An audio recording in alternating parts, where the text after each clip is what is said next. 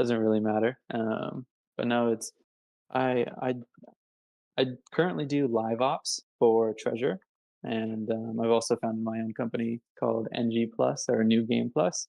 For Treasure, I joined in June. I joined there in June, and prior to that, I had worked for Ready Player DAO, which is a gaming kind of investment firm and DAO in the ecosystem where they just hold a lot of positions within Web3 now. Prior to that, had experience doing digital marketing, targeted ads, and other various companies, just helping out with gaining awareness for them. So when I joined on for Ready Player DAO, I actually initially joined on for a live or just an operations role to help them kind of build out the guilds. And if you guys are familiar, guilds and Axie Infinity in those days, that was kind of like the Mm. big trend. And that's when I was, onboarded full time to Web3. Was a friend, he's actually a family friend, Rich Cabrera, who's part of Ready Player DAO. Yeah. He was a family friend of ours and said he needed some help, and I thought it looked really cool. So I decided I was like, hey, I'll quit my job this week, and so I did, and I jumped in with him, and yeah, I've been in Web3 ever since, and it's been a crazy ride. I joined Treasure, and since then we've been really pushing the envelope for creators, for marketing, for games in general, and I'm really excited for the current trajectory for Treasure. And on the NG Plus side, we're actually an interactive media company. So, and that may be a little bit confusing because it spans across multiple sectors, but we're trying to focus on traditional influencers, people from the traditional gaming world, and helping Web3 games kind of expand out beyond that. So that's a little bit about me. Wow. Wow. Okay. So you're kind of the tip of the offensive there, trying to break into Web 2. Yeah, exactly. That's the hope, right? And I think that's what everyone's kind of hoping for, especially with tokens going out, NFTs dropping. People are trying to rejuvenate their funds so they can really make a huge splash when they get closer to their game launch. Gotcha. Gotcha. Okay. Well, that's cool, man. I didn't know that you and Rich knew each other in real life. Like it seems uncommon, right? Like everyone that I know in Web 3, I don't actually know. I've never met them. Like it's interesting that you Yeah, guys know each other. yeah, it is, isn't it? Yeah, he was a family friend for a long time. Him and my older brother actually went to college together. So I've known him for a while when he was more known as Richie instead of Rich. So they definitely known him for some time, and it was really cool to get to work with him and explore Web3 together. But he was actually Very one of the only people that I had met from Web3 even till now. There's only one other person, which is Jorge, um, which I had met. Otherwise, I have not met anybody from Web3. Yeah, man. I've co-founded businesses with people I've never met. It's just it's a weird industry. Beautifully Yeah, weird, but weird. absolutely. Um, hey, what's up, JRP? Thanks for joining, man. Yo, what's good? Apologies for being a little late. I was putting the ribs in the oven. Ryan, I thought we knew each other well enough to say that we met, but I guess obviously we haven't. And then, hey, what's up, Jay? How you doing today? Hey Juan. Yeah, no, it's great to chat again. Are you guys gonna be at GDC this year? I will. Yes, I will. Yeah. Let's Nice. go. I will be too. I'll be at the treasure booth. Come find me. Right I don't on. have a ticket, so I'll see you at one of the events. Okay, yeah, I'll be around for sure. Sounds We'll good. set something up. Let's do it. Um, okay. Well, cool. So now we kind of have like your history and your credentials and whatnot. So I think where I'd like to try and steer this conversation is, specific to early stage teams. So the vast majority of our folks are maybe at their vertical slice, maybe at their pre-alpha, and so I guess my first question is, how should these teams think about activating content creators around their project if they are at that early of a stage? And I guess would you advise them to? Would you advise them to wait?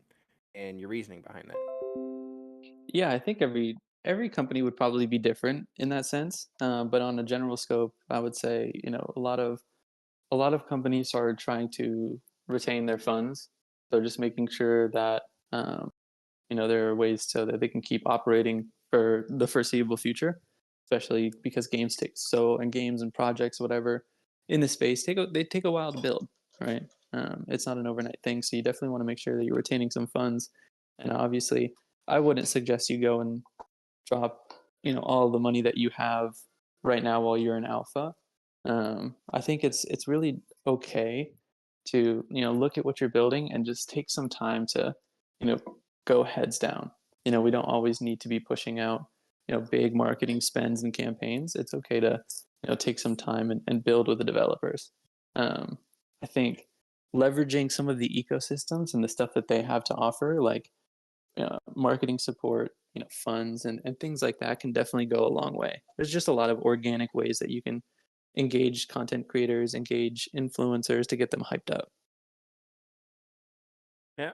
One thing I've seen from some teams, um, oh, I'm forgetting his name.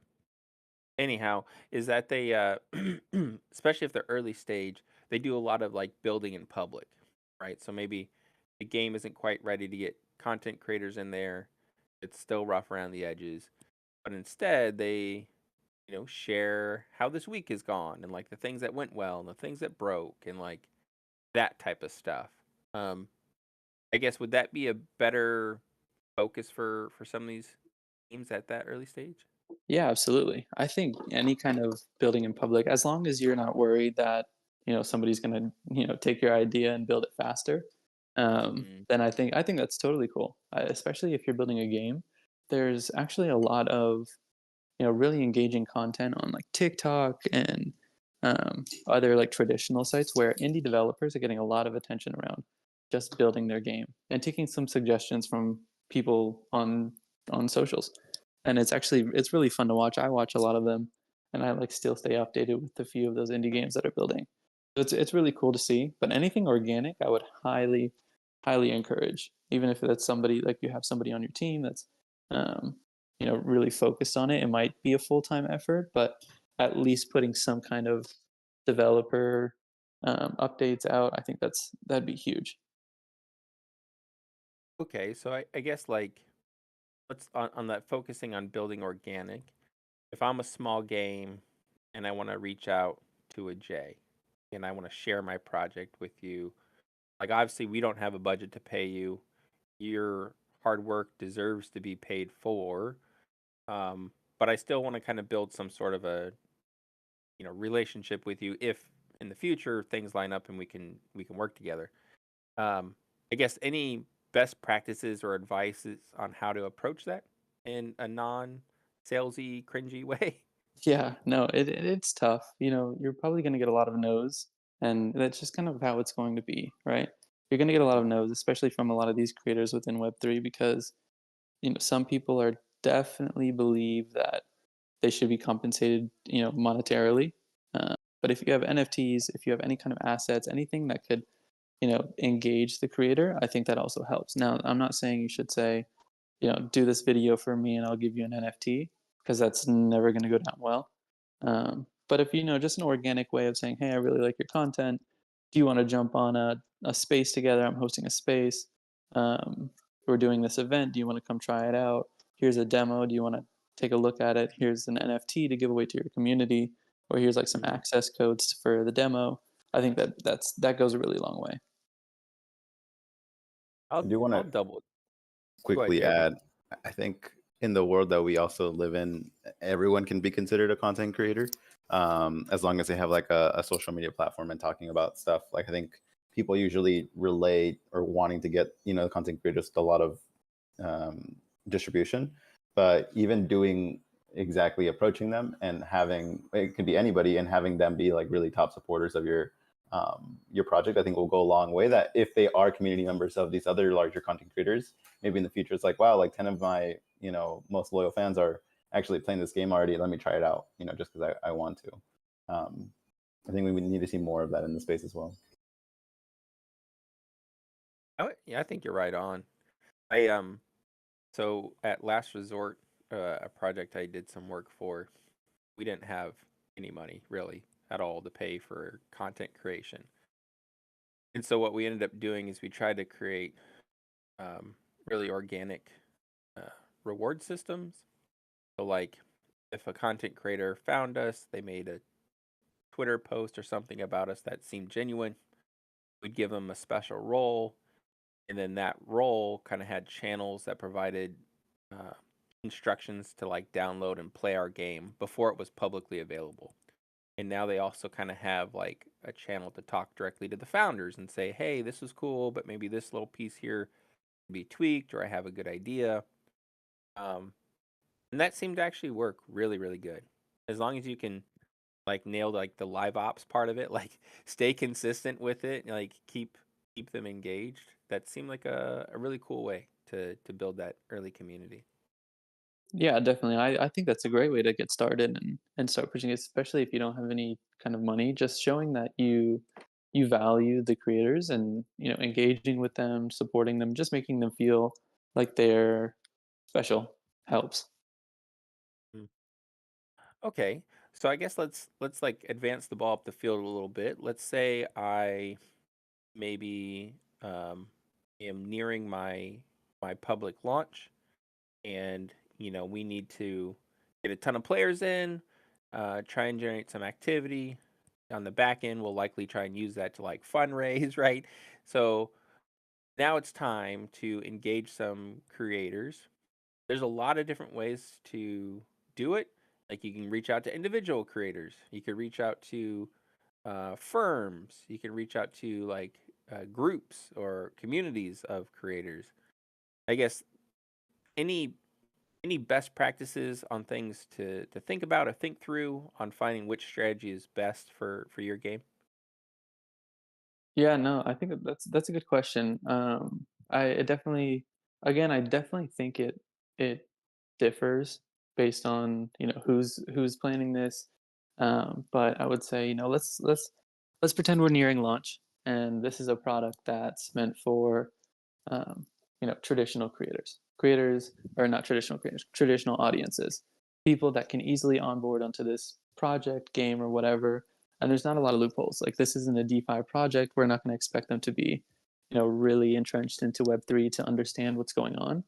Then I definitely think it's worth, especially if you're building within Web3 and you already have a community, to get a full scope reach. I would definitely say um, plan to work with some traditional creators. If you don't have a huge budget, that's totally fine because there's some micro creators that do really well. There's agencies that work specifically with these micro creators and solutions that put ads right on their streams with micro creators. So it's not like a ton of money, and it could go a really long way.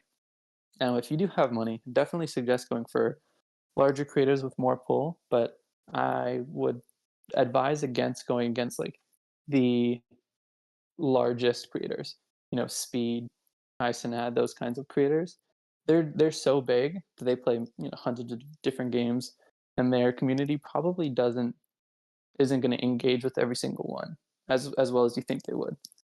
Um, the and on the aspect of um, what was I going to say? What was that second part of the question?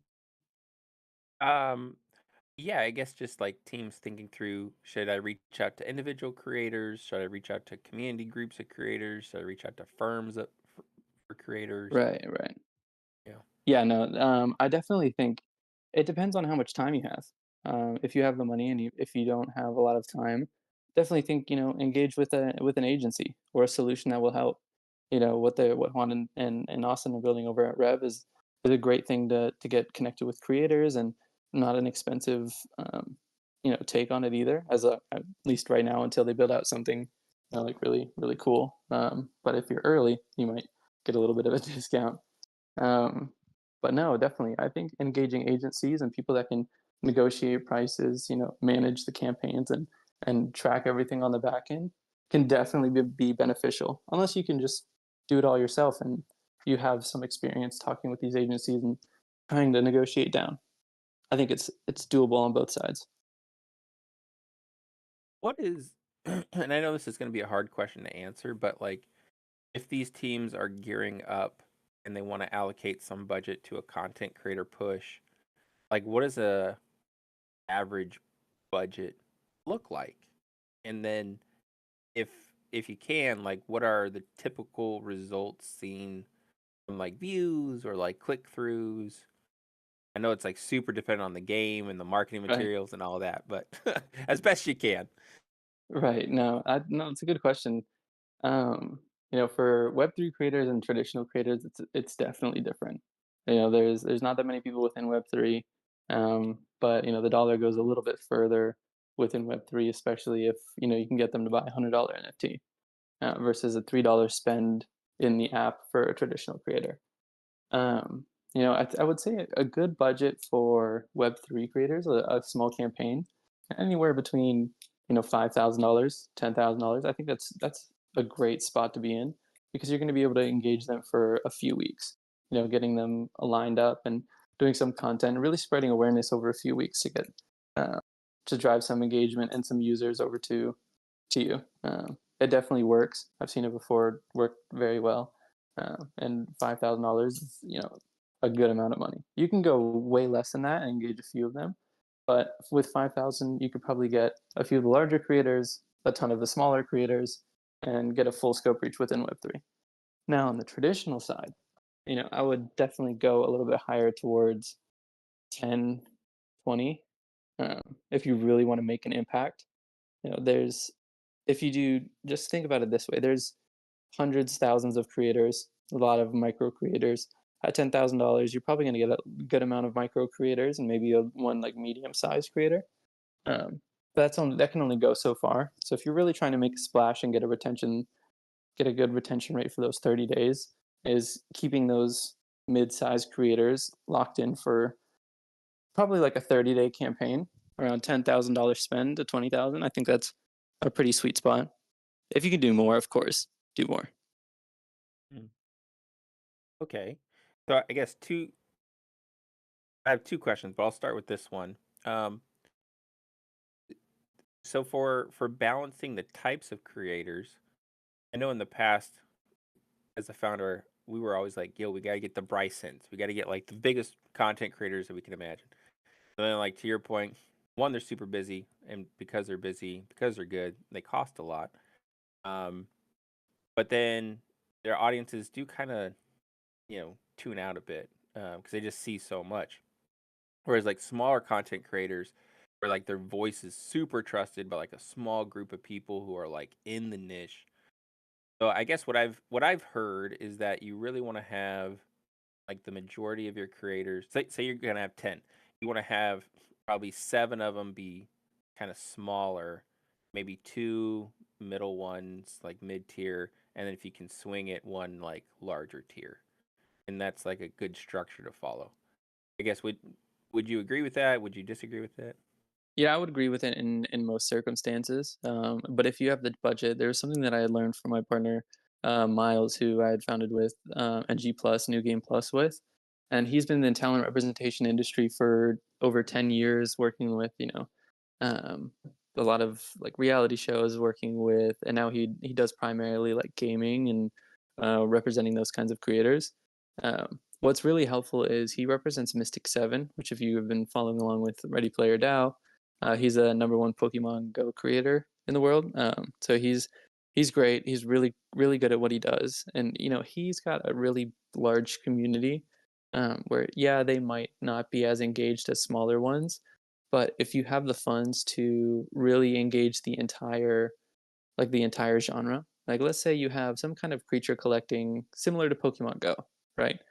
It would be really helpful if you had the funds to engage maybe Mystic 7 once, but then really double down on the mid-sized Pokemon Go creators because most of them are probably going to watch Mystic, but they also will probably watch the mid-sized creators. So maybe just engaging to get it on their feed once from Mystic 7, like the largest ones, and then doubling down on the medium size, the smaller size creators for a longer term engagement to continue that that awareness. I think that's a good rule of thumb. Very cool. Very cool. I like that. I like that a lot. Um, all right. Before I get into my, oh, PRP, you got a question?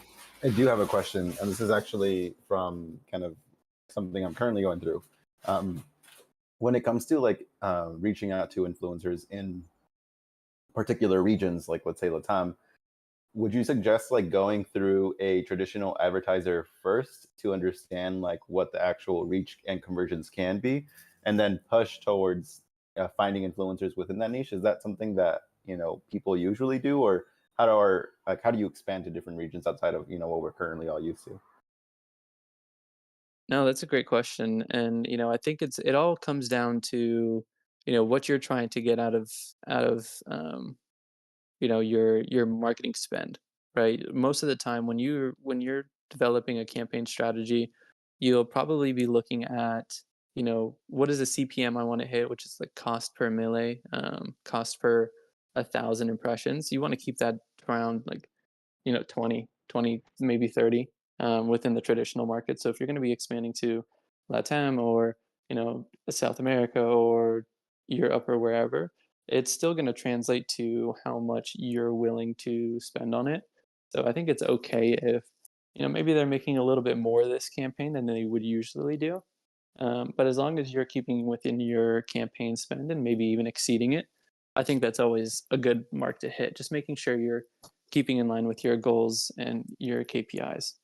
But then, of course, you can always take it a step further to kind of look at the conversions of currency to see what the spend may be in other countries. Right. Cool. Thank you. We have a quick check on time. So we have 6 minutes. It's a thing of mine to always get our experts out at the agreed upon time. Don't want to monopolize that at all. So let's cruise through some of these questions coming through from the Discord. Philip, who's actually building on Arbitrum. Shout out to Philip. Philip said, "What would you say is a good mix for a new project concerning influencers versus media PR?" Yeah, that's a really good question. Media PR is tough because things like Forbes, or I would definitely say if you're building within Web3, keep a focus on things like Decrypt, Web3 kind of newsletters. I think that can go a really long way. To be honest, Forbes and other things like the traditional really big media PR hasn't really moved the needle a lot in past campaigns. It is nice to point to it. So if you have the money and you have a Forbes article, then that's awesome. If there's any organic way of getting that, I don't know many people who have like the connection to do organic Forbes articles or similar, but media PR doesn't move it as much as I would say influencers and creators do, but smaller ones, like if you were going to say like Raiden's, Gaming Chronicles, or some of the other creators' newsletters within Web3 and Decrypt media can definitely gain some awareness there. Nice, nice name drops too. I'll have to take a look at these. Hmm. Um, so one of the questions, or my second question, was around uh, engagement. So I've seen a lot of teams give funds to a creator. Creator makes a single video, and then like everybody shakes hands and they walk away. But it sounds like what you're recommending specifically for like those mid tier, smaller tier creators is more like a month long activation. Um, I guess can you walk us through how you would typically structure that? Like, are they posting one video a week? Are you, I guess, paying them a set rate for each video each week, and then it aggregates to like a larger amount than they would have gotten otherwise? Yeah, a little bit more detail there would be great. Yeah, absolutely. Especially if you're thinking over a long term, I think it works because especially in Web3, Twitter, it's a very small space to where if they're posting, twice a week about something, multiple people are posting twice a week about the same thing, you're gonna be like, damn, this is all over my feed. So I think it definitely helps if you have a campaign where it's longer term. One video is great. It might get some awareness, but keeping them engaged and keeping the audience to be like, it might take one, two, three, or maybe even four touch points for some of the Mhm. audience to dive in and just click on the link. And it might not be that very first one. It could be, but four is definitely a better chance. So doing like, let's say over 30 days, usually break it up into weeks, like Monday through Friday kind of sense, especially if it's Web3. Monday through Friday is probably the most engaging, or Monday through Thursday, really. And I would definitely say 1 to 2 deliverables per week per creator, and you can go a long way with that, and it'll be all over Twitter or anywhere. My That's awesome. So my last question to you is on content type. We've seen like a huge shift to like short form videos, your TikTok, YouTube Shorts, even Twitter. I guess would you prioritize the content type that these folks are creating as short form, long form, Twitter posts, streams? Like how would you mix that? That's a good question too. I think it depends on the creator. Like, let's say you notice that this creator is getting a lot of attention, but they only post threads. I mean, that's totally fine. I wouldn't ask them to do a video. Hmm. It's going to be different for every creator. So if you want to focus on short form videos, then that's fine. I just wouldn't expect that creator to jump in. I wouldn't ask a creator who's mostly focused on threads, maybe long form videos or just streams to try and do a short form video. It probably won't come out to the quality that you're expecting, and it's probably a safer bet to do what they do best, and what they get the most engagement on. So it's definitely based on how much reach and the engagement that they get on whatever they're best at. And it could be a thread, could be their videos or streams. Gotcha. Gotcha. Um, all right. So JRP has one last question, and then Jay, I want to give you time to direct the community to whatever you're working on, whatever you're excited about that you want them to follow along with. JRP Yeah. says, "What does conversion usually look like for a 10,000 campaign from your experience?" Yeah, that's a good question. I would say conversions are tough because especially if you're working with influencers, it is really hard to link that directly with the conversions, because you can lead them. I think what's the quote, like, you can lead them to the water but you can't make them drink. um, Yep. you can bring them to the landing page, bring them to the game, but if the game or the landing page or the onboarding isn't simple enough, then all of the people that you've brought to that point are not going to convert. And it's definitely on a case by case. $10,000 if we're looking for like traditional creators, and or maybe just a full scope reach. I definitely would stay within looking at the cost, the CPM, staying around that 20 to 30. So if we were doing that, and the easy way to calculate it is spend. So let's say $10,000 and you want to stay around 20 to 30, you're going to divide it by, that's probably around 200,000, 200,000 impressions. Well, that's 50. So that's 500. $10,000, 500,000 impressions. Yeah. And then you multiply it. So that would be, so this is how you calculate it. Your spend divided by impressions, multiply that by 1,000, and that's your cost CPM. If you spend $10,000 and you get 500,000 impressions, that's a 20 CPM, and that's pretty solid. If you can stick around there, kind of stay around like a 2.5% to 5% click through rate, then I think it'd be worth it. And then it's kind of just up to up to you to close them from that point, get them there, at least get them to that percentage rate for the click throughs, get them to the landing page, and then close them. Boom. All right, Jay, this has been tremendous. Um, Thank you for hopping on with us and walking us through this. I'm sure there's other questions. How can folks follow along with you? What are you working on that you're excited about that you want to share with them? Yeah, what's going on? Yeah. Well, yeah. First, I appreciate you for having me on here. This is great. I appreciate the questions. And, every as I like walk through it, I learn some things myself as like we're building some campaigns out, some things that I need to keep in mind, just the basics to keep in mind, and it's great to be reminded of that. But for what I'm working on, definitely follow Treasure at Treasure_DAO and at Play on Treasure. Where there's a lot of really cool things coming up. We just launched the A list, which is kind of like a safe space for traditional large creators to jump into the Treasure ecosystem, play some of the games, and just explore Web3 without any risk or judgment from a larger community. Just an easy way to jump into Web3 and explore it. There's a lot more coming, especially with Treasure Chain. But then of course, New Game Plus, NG Plus, we're partnered with Juan over there and Austin at Rev GG. We're doing some really cool stuff. We're going to be working with a few of the Arbitrum games. We're submitting an Arbitrum Foundation proposal to build out a platform, a campaign management platform. So, founders, like people who may be listening to this, can jump in and build their own creator campaigns alongside Rev, and kind of just work together. And it's going to be really cool. So over the next 6 months, we're going to see a lot of stuff that I'm hopefully going to be working on. And yeah, just you can follow along. I'm Ready Player J on Twitter as well. Boom. There you go, folks. I see a couple additional questions coming through. May want to DM on Twitter or Discord. But again, Jay, thank you so much. Juan, thank you for being my co-host as always. Everyone in the My community, pleasure, man. appreciate you showing up. Any last comments, questions, concerns, Yeah, GRP? anyone feel free to shoot me a message. There you go. GRP, anything else on your side?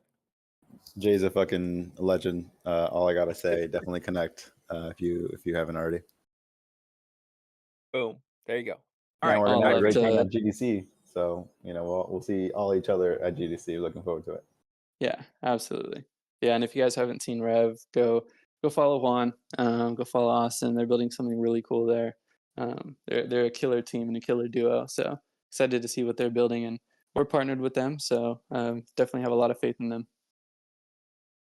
Boom. All right, folks.